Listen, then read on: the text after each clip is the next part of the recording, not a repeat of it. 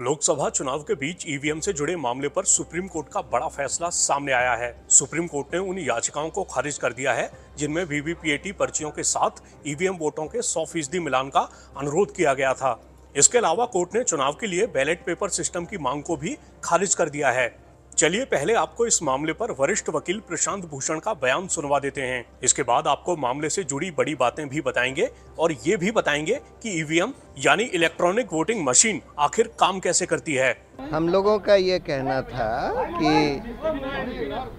ये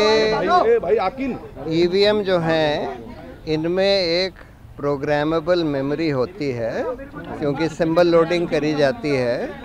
और इसलिए इनको मैनिपुलेट किया जा सकता है अगर आप कोई उसमें मैलिशियस प्रोग्राम डाल दें। और इस वजह से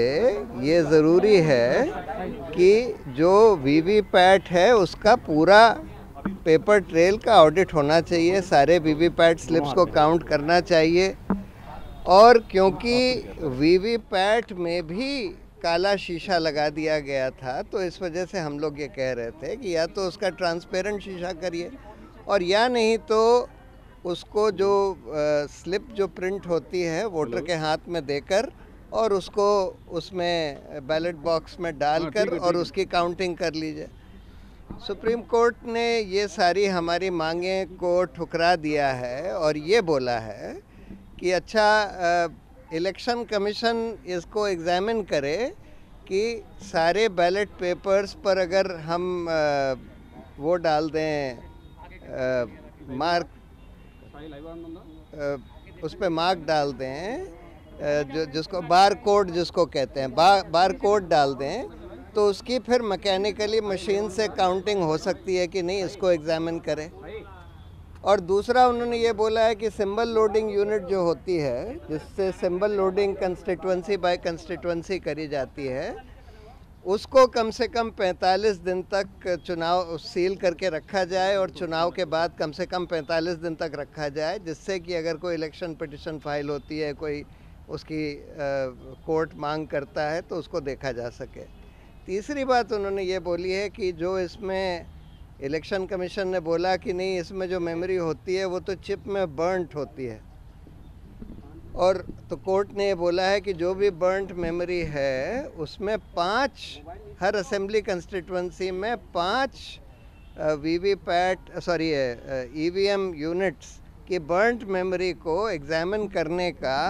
नंबर 2 या नंबर 3 कैंडिडेट दरख्वास्त दे सकता है और उसको फिर एक टेक्निकल टीम एग्जामिन करेगी, लेकिन उसका खर्चा उस कैंडिडेट को देना होगा जो उसकी मांग करता है। ये कह के उन्होंने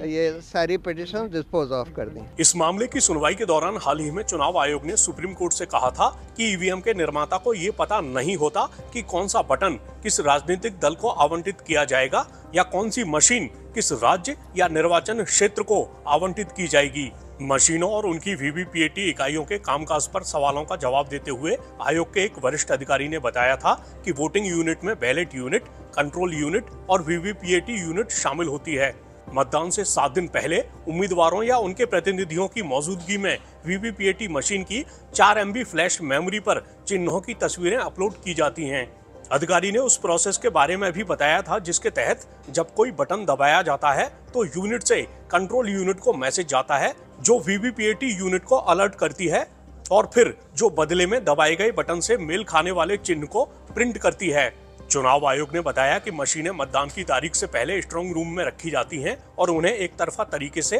खोला नहीं जा सकता। अधिकारी ने कहा, मशीनों को मॉक पोल के बाद आगे बढ़ाया जाता है और उम्मीदवारों को इसके लिए अपनी मर्जी से 5% मशीन चुनने की अनुमति दी जाती है। उन्होंने कहा कि मतदान के दिन भी मॉक पोल होता है और वीवीपीएटी पर्चियां निकालकर गिनती और मिलान किया जाता है।